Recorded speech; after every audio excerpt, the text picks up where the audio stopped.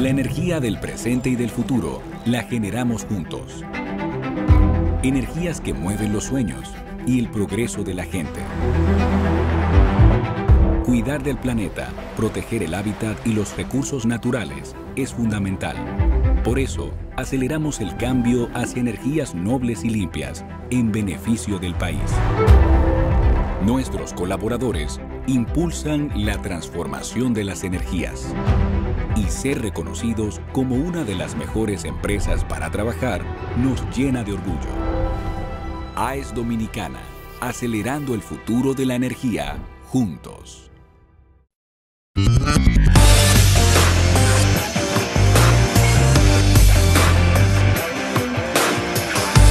República Dominicana, muy buenos días. Aquí estamos superando ya el tema de las lluvias, que parece que hasta el día de hoy será cuando tendremos esas lluvias fuertes, ¿no? Hasta el 20 dicen algunos expertos que se va a prolongar las posibilidades. Sin embargo, solamente 2 provincias están en rojo. En este día una buena cantidad en amarillo y otras en verde, menos, o sea que parece que va a mermar en medio de la saturación del suelo y demás. Qué bueno, enhorabuena,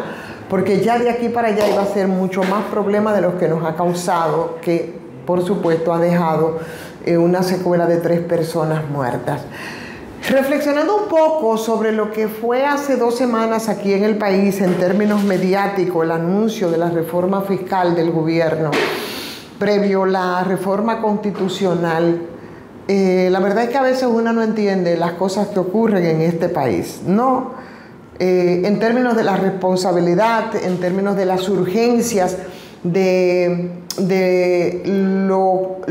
lo que, como nos los han explicado, y así lo hizo el presidente Luis Abinader al inicio de su gestión, con las 12 reformas que eran imprescindibles para poder hacer el gobierno que él tenía programado, proyectado realizar, lleno de buenas intenciones de las que nadie nunca ha dudado, fundamentado en el tema de la transparencia, pero también en algunas transformaciones con aquellas mentadas 12 reformas, de las que pasaron 4 años y no se hicieron. Y nos remontamos también a una de todas esas reformas, que era la más urticante de todas y que también al principio de su gestión hubo unos alaracos, hubo una propuesta, un borrador, que ante la reacción de diversos sectores de la sociedad simplemente se guardó y por supuesto no se volvió a hablar del tema hasta después de las elecciones, y fue de las primeras iniciativas junto con la reforma constitucional tomada por el presidente Luis Abinader, y estoy refiriéndome a la reforma fiscal. Esa reforma que es como una especie de terror para los gobiernos, para los partidos, para los líderes políticos, la reforma fiscal, por el impacto que tiene en la población cuando no se realiza de la forma equitativa, y siempre tengo que referir a lo hecho por el presidente saliente de México, Andrés Manuel López Obrador, que es una receta que pudiera perfectamente ponerse en práctica en todos estos países que necesitan de una reforma fiscal. Hoy veía a mi compañero de cabina, Federico Jovine, escribir en su artículo del día de hoy respecto a la reforma fiscal, que fue primero una ofensiva mediática en todos los niveles, y que entonces, ante algunas reacciones de muchos sectores, o varias reacciones de muchos sectores, simplemente esa reforma salió y no se ha vuelto a hablar más del asunto. Suponíamos que iba a ser sacada y que, por supuesto, después de esa ofensiva mediática a todos los niveles, después de los cuestionamientos que generó la reforma, iba a ser sacada, incluido cacerolazo, por supuesto, y iba a ser replanteada con todas las recetas habidas y por haber, o por lo menos iba a ser consensuada, se iban a sentar con diversos sectores para conversar respecto a algo que es determinante para un poco subsanar el tema del déficit fiscal, que es una realidad de la que nadie podemos obviar. ¿no? Aquí o nos endeudamos o hacemos las reformas pertinentes cargándole el dado a los sectores que primero toda su vida han evadido porque les ha ido muy bonito y porque ha habido mucha complacencia respecto a estos sectores, o bueno, hacer una revalorización de cómo impactaría y hacia dónde enfocaría el tema de esta reforma fiscal. Igualmente, el periódico Hoy de Hoy también editorializa en esa dirección y pide que se retome entonces de nuevo la reforma fiscal, porque la verdad que su retiro en el Congreso y dejarla guardada parece que no es una opción. Y esa propuesta de reforma fiscal del gobierno, el anuncio presidencial de que no iba a presentar otra opción, bueno, pues la verdad es que sorprendió a muchos, pero suponíamos que no iba a ser literalmente así, y muchos sectores de opinión pública, que incluye además a sectores empresariales que son los que más se han quejado, bueno, pues igualmente se quedaron un poco a la espera y sorprendidos de qué es lo que iba a ocurrir. Se esperaba ciertamente una reacción oficial respecto a todas las críticas, a todos los cuestionamientos, a la cantidad avasallante de observaciones técnicas, todas muy razonables, pero se entendía que el camino que seguirían los técnicos y los políticos gubernamentales era buscar precisamente ese punto de entendimiento, ese punto de consenso en un encuentro, en una reunión, en unas discusiones que debió ser el punto de partida para el tema de la reforma fiscal. Ya son muchas las semanas que han pasado y de esto no se ha vuelto a hablar. Y bueno, podría ser para el gobierno y para el presidente Luis Abinader un ambiente más de distensión respecto a las presiones que generó la propuesta de reforma fiscal.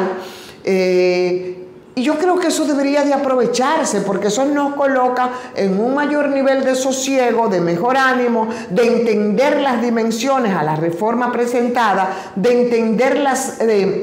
necesidades financieras, las que realmente necesita el gobierno para poder tener un equilibrio en términos de bajar ese déficit fiscal, que como hemos dicho en otras ocasiones, no es más que es el déficit que se produce cuando gastamos más de lo que podemos, de lo que tenemos, de lo que ingresa a las arcas del país. Y hay cuestiones que son importantes respecto a lo ocurrido. Por un lado, el gobierno y la sociedad están convencidas, porque todo el mundo siempre estuvo convencido de la necesidad que tiene, primero, de disponer de más recursos financieros para poder aumentar las inversiones en servicios públicos, en seguridad social, en transporte, en salud, en sectores importantes a los que hay que aumentar la cantidad de recursos para que pueda funcionar, pero también continuar con las capitalizaciones que tenemos que hacer para terminar las obras iniciadas, para iniciar las obras anunciadas, y el asunto, el convencimiento que se tiene desde lo público de que la propuesta de reforma fiscal era más profunda. Era más profunda, sin gradualidad, muy radical tanto para la arquitectura productiva de la nación, dice hoy el periódico Hoy en su editorial, como para los mismos sectores de menores ingresos, ¿no? Incluyendo incluso las empresas y los negocios ubicados en esa clasificación de pequeñas y medianas empresas aglutinadas a través de las pymes. Y son realidades que se pueden entender, son realidades que son razonables, pero son susceptibles de llevar a unos niveles que sean capaces de responder a los intereses sociales y a los intereses gubernamentales. La pregunta es, ¿por qué simplemente, como si se tratase de un resabio, algo tan importante para el país, simplemente se retiró, se engavetó? Y entonces, ¿cómo vamos a salir de todas estas situaciones? O es lo que yo digo, o es que entra al mar. Y a mí me parece muy poco juicioso la respuesta que se ha dado desde lo gubernamental ante las críticas, todas muy razonables, pero en el entendido de que sí se necesitaba esa transformación y esa reforma fiscal. Entonces, esa respuesta a mí me pareció que no es todo lo juiciosa que debe ser, y ese no puede ser el criterio de manejo del Estado. Por eso creemos que el gobierno que los empresarios, que los sectores sociales, que la sociedad civil, todos debemos abocarnos a la exploración de una búsqueda de respuesta y de presentación de una propuesta fiscal, esa que pueda permitir que el gobierno recabe los fondos que necesitamos para terminar las obras públicas, las que se iniciaron, las que debemos iniciar, los requerimientos del sector eléctrico, los requerimientos del Banco Central y además dejar claro un horizonte que permita alcanzar el futuro cercano de otras mejorías tributarias. Entonces, yo creo que debe ser reconsiderado, debe ser replanteado por parte del gobierno, tomando como experiencia en un momento, asimismo en ese timing importante que se produjo, donde se activaron los distintos sectores con propuestas diversas, para que de ahí pudiera salir un documento de consenso respecto a algo que es impostergable, que todos estamos claros y contestes, ¿no?, a que tiene que implementarse, porque no podemos seguir sobreendeudándonos, que sería la otra salida, y esperar hasta el 2028 para que entonces se pueda aplicar la reforma fiscal que se viene postergando desde el 2012, cuando a través de la Estrategia Nacional de Desarrollo, por mandato, como ley, estábamos obligados a conocer de ese pacto fiscal más integral, que de haberse conocido, ahora las cosas pudieron haber sido mucho más fáciles al momento de aplicar la reforma que necesitamos en este momento. No es un asunto de resabios, especulo yo, es un asunto de realidad, y esa realidad tiene que darse respuesta. Y como han dicho los expertos y los economistas, que la única salida es o endeudarnos o hacer la reforma fiscal, pero ojo con eso, no para seguir beneficiando a los que siempre se han beneficiado con el tema de la evasión, con el tema de la ilusión. Vamos a retomar de nuevo la propuesta de reforma fiscal, vamos a consensuarla, vamos a discutirla y vamos a sacar un documento que pueda ser equitativo para todos. Mientras tanto, vamos a decirles a ustedes que le den like a esta transmisión, vamos a compartirla. Y recordarles, como siempre, que Farmacias GBC mantiene su 20% de descuento en todas sus sucursales y, por supuesto, en todos los medicamentos 100% dominicano. Es un elemento importante para apoyar a Farmacias GBC. Suscríbase si no lo ha hecho. Y si quiere hacerlo también a patreon.com/soyivonferreras, estaremos muy agradecidos. Mañana nos reencontramos en otra transmisión de Soy Ivonne Ferreras. Hasta mañana.